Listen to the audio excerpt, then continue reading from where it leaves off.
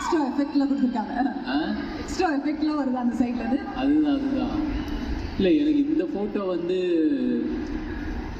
தெரில. இதுக்கப்புறம் நான் சந்திச்சு இதுக்கப்புறம் பல ஃபோட்டோ எடுத்தால் கூட அது இந்த ஃபோட்டோவை ரீப்ளேஸ் பண்ணுமா அப்படிங்கிறது எனக்கு தெரியல. ஏன்னா ஃபஸ்ட்டு நடக்கிற மொமெண்ட் என்றைக்குமே லைஃப்பில் பயங்கர பியூட்டிஃபுல்லாக இருக்கும் இல்லையா? அதுவும் டோட்டலாக அன்எக்ஸ்பெக்டடான ஒரு டைமில் நடந்தது அப்படின்றது. ஸோ இது வந்து என்றைக்குமே லைஃப் டைம் மெமரபிள் தான். இது அந்த எனக்கு தெரிஞ்ச பாட்டு கூட காதல் மன்னனோட அந்த உன்னை பார்த்த பின்பு நான் அந்த சாங் தான் போட்டிருப்பேன்னு நினைக்கிறேன் இந்த பாட்டுக்கு, இந்த ஃபோட்டோக்கு.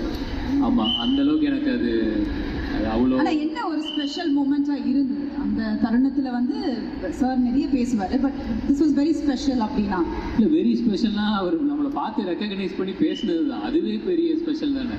ஏன்னா நானும் அண்ணனும் தான் மாலில் சுற்றிட்டு இருந்தோம். நாங்கள் சும்மா ஆடியன்ஸ் மாதிரி அப்படியே சரி அவரா அப்படிங்கிறத பார்த்துட்டு ஓடிடணும் அப்படின்னா நாங்கள் சுற்றிக்கிட்டே தான். பார்த்தா டக்குன்னு அவர் திரும்பி பார்த்ததுக்கப்புறம் he recognise and he call கூப்பிட்டு அதுக்கப்புறமேட்டு தான் அவர் பேசி இது பண்ணிவிட்டு அப்புறமேட்டு தான் ஃபோட்டோஸ்லாம் எடுத்துகிட்டு இது பண்ணுறோம். எனக்கு பாதி ஞாபகத்திலே இல்லை.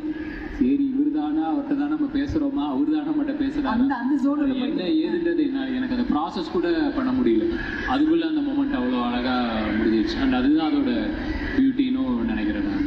Okay, super. Next one.